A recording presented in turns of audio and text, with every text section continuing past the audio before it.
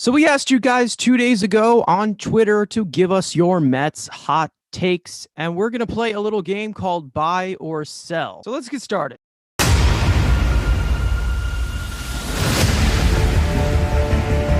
3-2, Vader. Swings and misses, strike three. He struck it out. 5 big pitchers combined for the second no-hitter in New York Mets history. So the first one comes from Mets Rangers 11. The Mets will get the number 1 seed in the National League. I'm going to sell. I still think this team is one of the best in baseball, and obviously they've been the number 1 seed for pretty much the entire season, minus maybe a few days. One, there is a very tough August, and I know we just came through the main LA, San Diego couple week stretch. We thought that was bad. One, I think they'll still win the division. The Dodgers are good health, and I feel like the Dodgers, one, they have better resources to make trades at the deadline to continue to add. And I do think they will add. They get moved back and get healthy. Until proven otherwise, I know we split with them in LA. I still put my money on LA being that number 1 seed.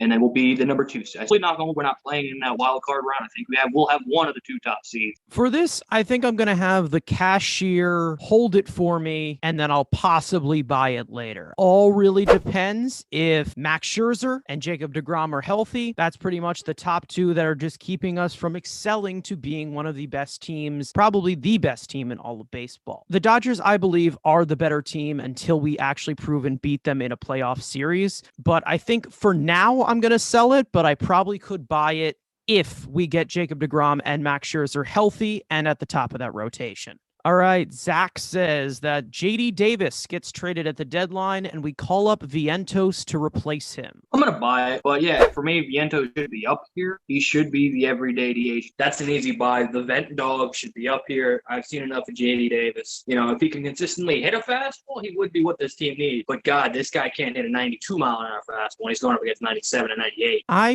personally am going to sell this. I just don't think Vientos is major league ready yet. I'm not really a big fan of the strikeouts. I'm not really that big of a fan of a guy that hits the ball on the ground a lot. He does have a lot of power. He can drive the ball. I don't like ground balls. That's not my thing. I do think that JD Davis might actually survive this year, mainly because I think he is a little bit more of an Epler type guy compared to guys like Daniel Palka and Dominic Smith, and that's what might keep him on this roster. Do I think that he is going to have the significant DH job? Probably not. I just personally don't think that Vientos is 100% major league ready yet. Even though I'm obviously not the biggest fan of JD Davis, he's a great hitter. He's just a very frustrating hitter. So yeah, you are the biggest hypocrite I have ever changed your opinion more than you change your underwear at this. Now we don't need a strikeout guy.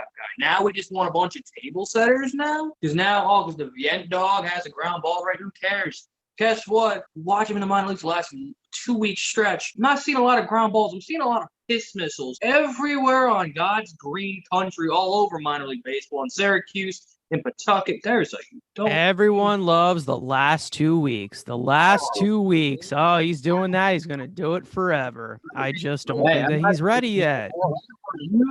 But yet you want to see Nick Mayer and Nick Deeney, whatever the hell the other guy. They're MLB ready. Right? They should get a shot. Nick Deeney's been fantastic this year. Oh, shut up. Next. I've had it up. Yeah, I can't do it. Next. Yeah, all right. Take. I'll take that as a victory for me. All right. Mikey is trying to hit us with a sad reality. He says that Jacob deGrom will not pitch ever again for the New York Mets. He's going to be pitching the first game after the All-Star break. I don't know what you're talking about. I'm going to sell. Obviously, Jake is going to be back at the All-Star break, and it's just like a trade deadline acquisition, guys. We don't need to trade. How much does that annoy you? Like elevating from last year. How much does that actually annoy you? Stupid.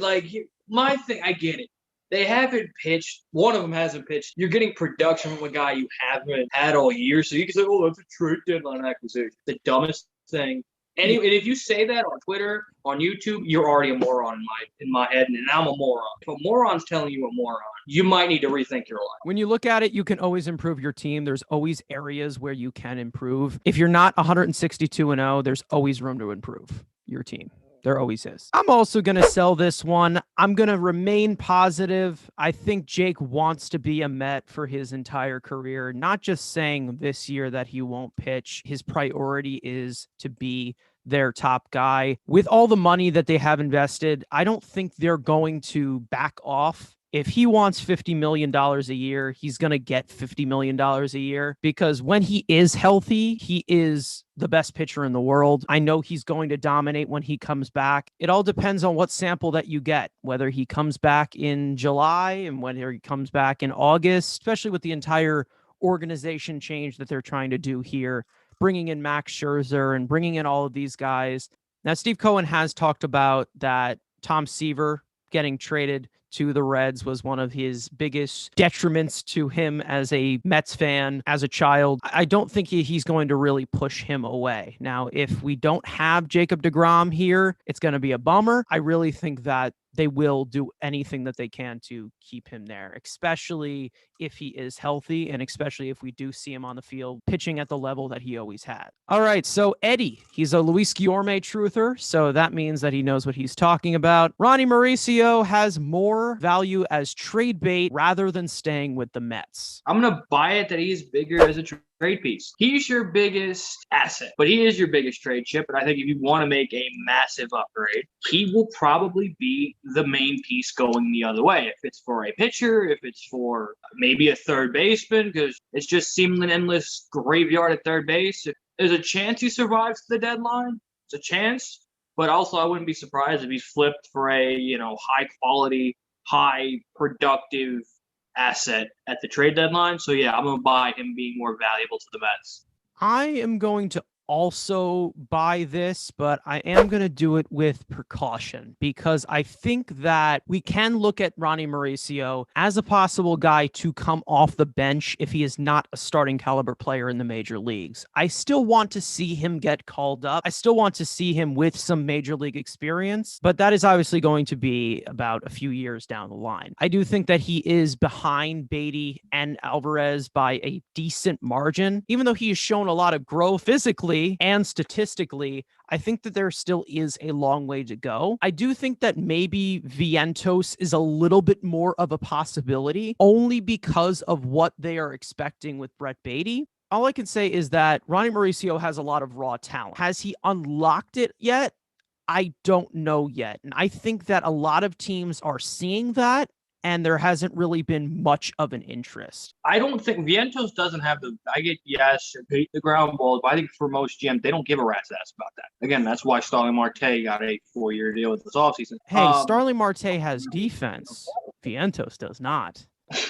But he's more of a major league ready type of guy for a team who is just a few pieces away from winning. And I don't think, the trade Ronnie Mauricio's in, he's not going to a team that's 1 or 2 pieces away. He's going to a team that sucks and he's rebuilding. So they're going to go with the higher upside, raw talent, like you said, that's untapped. That's what they want. They're not going to go with. I think it's possible only just because of how much the Mets have been searching for a guy to be at that third base position. And even though Vientos can play the third base position, he doesn't really play it well, even though anybody can get better when they come into the major leagues. I do think as that kind of cornerstone bat that he can be with how much power that he has and how much he does offensively, if I were to bank on the possibility of one of the prospects being traded for a rental bat or some kind of pitcher, I think that Mark Vientos is a little bit more of a possibility just because he's not fully major league ready in my eyes, but he's almost there and can make some kind of an impact to one of these teams that is trying to see which pieces are going to be there for their franchise. One of our longtime friends of the channel, Merlin, has one for us. Edwin Diaz is better than Josh Hader. He says, prove me wrong. Can you prove him wrong? Yes, Josh Hader has just lost a consecutive shutout streak the other day. Edwin Diaz is good. Edwin Diaz is great. Edwin Diaz is a top 3 reliever.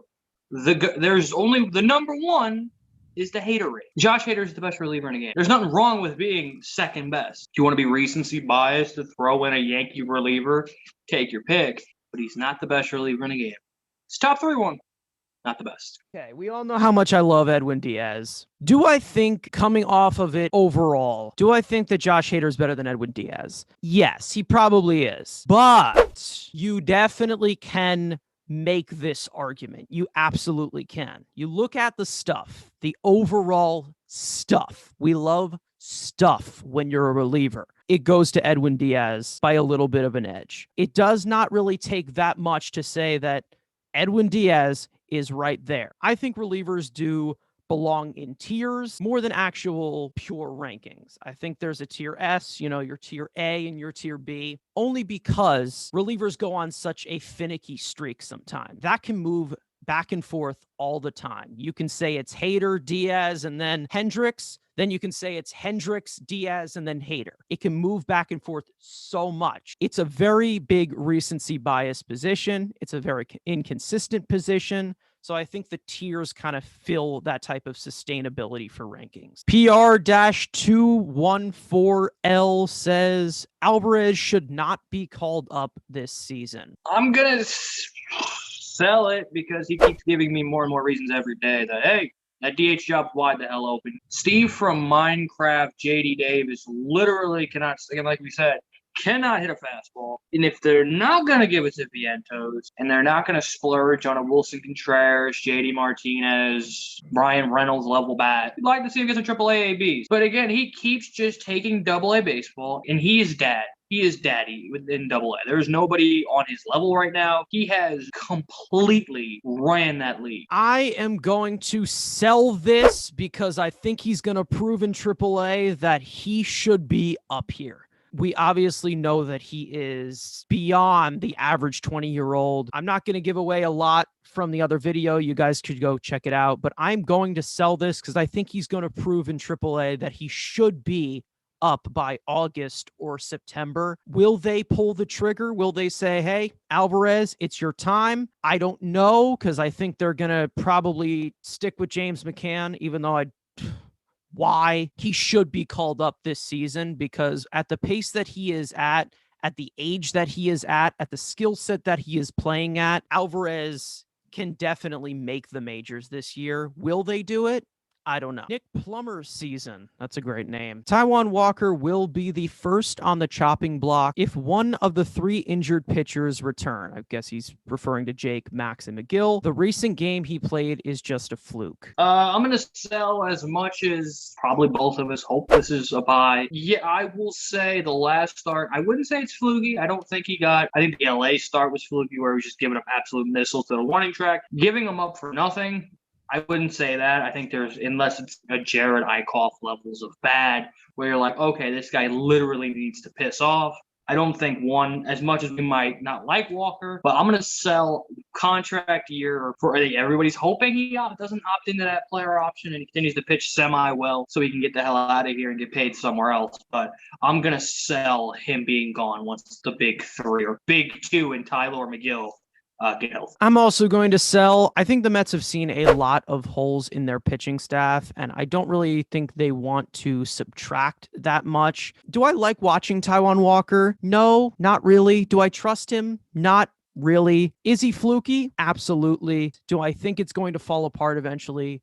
Probably. Is he somebody that I want in my starting rotation? Not really. Does he piss me off a lot? Absolutely. Is his fastball unusable? Absolutely. But you know what? You take what you can get with him. But I don't really think they're going to really subtract any arms that can be at the major league level with how old this pitching staff is. And you want a little bit more youth there, so you kind of can prevent a little bit more injuries from that back end of the rotation. Wyatt is coming in hot right now and saying that Beatty will be traded at the deadline. Sell, he's only getting traded if it's for Rafael Devers, and I don't think Rafael Devers is getting moved. The Ep-Dog has pretty much said that the top two guys aren't going anywhere. Third one, obviously being Mauricio, he's kind of hinted at potentially moving, but Alvarez and Beatty, he's given all the inclinations. Those two guys aren't going anywhere. Again, unless that superstar, again, Devers, J-Ram, Mike Trout level of trade, which do talking superstars going in, there'll be more. He's only going in that type of trade. He's not going to go for a Brian Reynolds, a JD Martinez,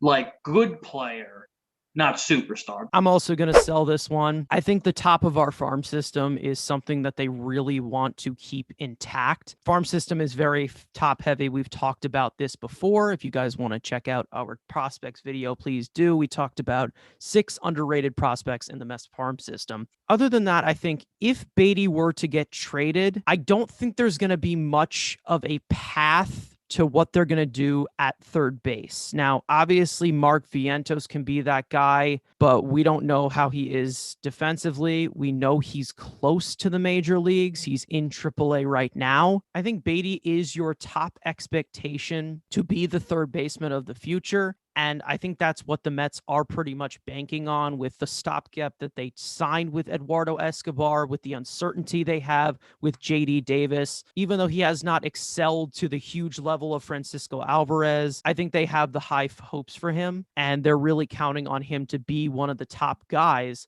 that they look for to be a perennial third baseman for them in the future. All right, so Jacoby is saying that Khalil Lee is the Mets' second best prospect. Is that from Khalil Lee's mother? What kind of dude? Whatever you're smoking, that needs to be illegal. Whatever the hell you got going on. Do dinosaurs? Do you see dinosaurs walking around? Like, Jesus Christ, that no hard, easy swing. The guy that 0 for 15 with 15 strikeouts in the big league. That guy, the second best prospect, and this says pigs are flying too. Hard sell. I'm not the biggest fan of Khalil Lee. I'm more of a Nick Plummer guy. I know you are as well. It's good cap because he's a toolsy player and he's got a lot of skills and a lot of raw talent, but this one's a sell. I don't really think that he has that big of a ceiling. Maybe he'll prove me wrong, but I don't think that he's the second best prospect. I like the cap, but it's big cap and it's not really that realistic to me. Our guy Anthony would like to tell us that Jeff McNeil should start in the All-Star game, but in left field. In left field. So now you're going to go put him in the same categories. Yes, Mookie just got hurt. So obviously, if this was recorded before Mookie's injury, and those levels of guys, Jeff McNeil start. I know Jeff McNeil has the good batting average. I know he's a batting average merchant. I know the casual fans like the good batting average. Could start at second base, depending. I think he is better than Josh Chisholm. That's for damn sure. But there ain't no way in hell he's starting as an outfielder on the National League. Don't you do it. Don't you do it. No. You're smarter than that. Come on. Now, you all know that I was probably one of Jeff McNeil's biggest haters coming into the year, and he's shut me up. Just the left field position alone. You can buy this. I'm not going to lie. You look at it right now. Ian Happ is another guy that you're looking at. Kyle Schwarber. Jeff McNeil can definitely compare to. There is one guy that the Mets have on their team who probably could start over just left field alone in Mark Canha, but it is possible. He does have an argument. Again, it's cap that I do like. It's good cap. Why not? Let's buy it. Go ahead. If there's a left fielder, it's Mark Canha. The left fielder on the New York Mets. Not the second baseman, the left fielder. Look at the National League. But he also can be considered because you're looking at Bryce Harper, who's going to probably be the DH. You're looking at Mookie Betts, who will not be playing because he's hurt. You have Ronald Acuna Jr., and you have Juan Soto. Might as well put Jeff McNeil there. All right. Steven is saying that the Mets need to trade for a big bat and a good arm, and they should be absolutely willing to trade 2 top 15 prospects for them. I've said it on Mets Weekly, and obviously Schnurzer and Jake are obviously going to change that. But I'm going to sell it until those 2 are healthy. This is year 2 of the reclamation project of this franchise. My goal is get to the NLCS. If you're getting the right pieces, I am okay with flipping prospects. So I don't think you're going to see guys in the top 3 unless it's Mauricio. I hope that's not meaning Alex Ramirez. I'm hoping it's not Jose Budo, which, again, I get people think this farm system sucks. I get it. It's stupid young, but they trade when they have the farm system ready. Look at the Padres. I get the Padres don't win anything, and they are kind of, just a glorified first-round team, that they are the Toronto Maple Leafs of baseball. They built their farm system up to be able to trade for Darvish. They made the wrong trades, but they built their farm system to where it should have been to say, hey, we can make trades for Darvish, we can make trades for Schnell and whoever, because we have the farm system built before. I call me the prospect hugger because I am. If the right people come and the price isn't steep PCA for a half season, I'm not trading a top 15 prospect for a rental unless it's Carlos Correa, which isn't going to happen, or a Trey Turner level player. But if we're talking rentals for relievers and we're giving up top 10 prospects, then no. If for the right price, swing the deal, do whatever it takes. But we're on year 2 of this. I get Scherzer and the boys have played well. That's kind of accelerated this process. We should be winning rings in year 4. It's year 2. Get back to the playoffs. Win around is my expectation this year. I am also going to sell this only because I don't want to work in the Brody Van Wagenen type of path. Yes, I would love for them to get a big bat. I'd love for them to get a good arm to load up the depth in that rotation, but I think it's probably going to be a rental. I really think that if you were to put all your chips in to build this winning team, a team that can contend for the World Series, it's going to probably be for rentals, considering how many guys you have to bring back next year that you want to bring back, and DeGrom and Nimmo and possibly Bassett, maybe Diaz. If it were to be the big bat, it will be for a guy that you want to be on your team long term. And I just don't think with this 3-year window that they've put up with Jake and Mac, I just don't really think they're going to go for a long-term piece. And that's where the top 15 prospects come into play. And yeah, I get it. We all want to win. And I get everyone hates minor league baseball. The commissioner, fans, owners, they all hate it. But can we stop just giving away just because, one, you don't know who they are because you don't care about minor league baseball, or you're just so hell-bent on winning that you're willing to just dump capital and assets, young assets that you don't know what they are because, they're 20 years old, they're 18 years old. What do I care? I am with you. I want to win the World Series more than anybody. I think we all want to win the World Series. But you want to win a World Series and do what we did in 2015, where we got a shock run, got to the World Series, and then we sucked for 6 years after. You want to do that with no future? Because you keep dumping more prospects. So no, let the market decide itself, and then we'll see what the Mets do, bounce off how the market shows itself out. Well, that was fun. Some of those takes were interesting. Some of them were good cap. Some of them were bad cap. I mean, what do you think, man? It's Twitter. It's what you expect. I think that'll say. Twitter's Twitter, man. Twitter is quite the universe. A lot of prospect hating, so I'm not surprised. I mean, Brett Beatty kind of stinks. You just said how good it was. Stop capping. Speaking of capping. You do not have that in recording. You don't have any proof of that, so go yourself. Literally in the second.